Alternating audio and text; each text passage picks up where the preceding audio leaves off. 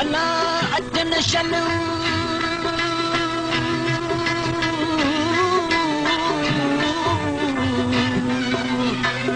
जिन आए मन सरहो थिए पसाशल पर कहीं घट न संधी लंघे लक लतीफ चवे सुना हो त नहू बोली थिया गुलबू जे सुनाना साथ धनी ईंदो सजन साईं अला मुदई दो डोलन साईं ईंदो सजन साईं अला मुदई दो डोलन साईं ईंदो सजन साईं ईंदो सजन साईं मुंहिंजो ईंदो डोलन साईं ईंदो सजन साईं अला मुदई दो डोलन साईं ईंदो सजन साईं अला मुदई दो डोलन साईं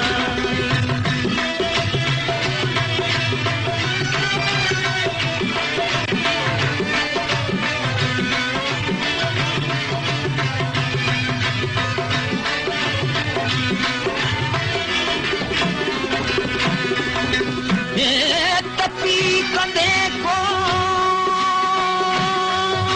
डूंगर तपी कंधे को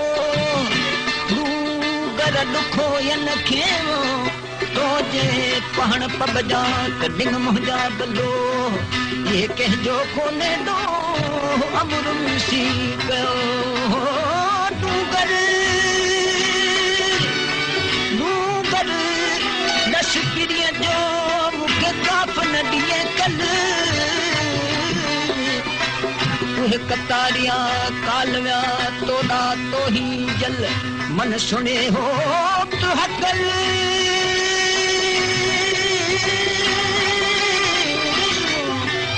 मन सुने हो त हकल मन बुधी पारो चो अरे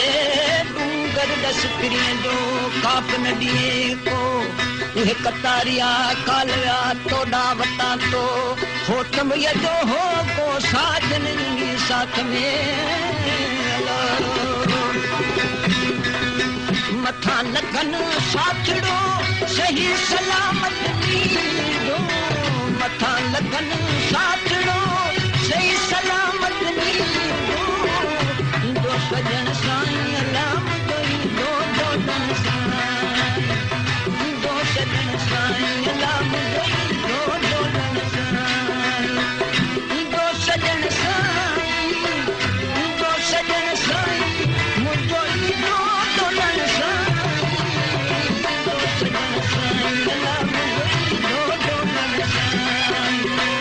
ईंदो सजन साईं अला मुदई दो डोलन साईं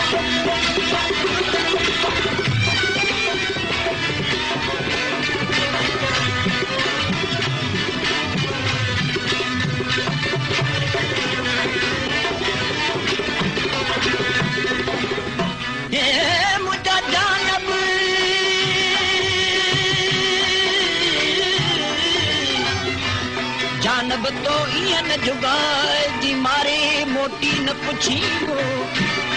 हित रती रत न संजरे सिक तुंहिंजे साए असां तो ही लाए सजण के पर में पुछाऊं कयूं सिक नाहे सुथरी पाए परूड़े पेर सिक नाहे सुथरी पाए परूड़े पेर न त पुसण धारा केर करे सद सिकण जी हिक सिक ॿी सूरी अखर ॿई हिकिड़ो वेहण वाटो ॾियन ते कारण ज़रूरी इन्हनि ॿिन्ही जी पूरी जीअ ॾिनेरीअ नथीअ में हादी ने ई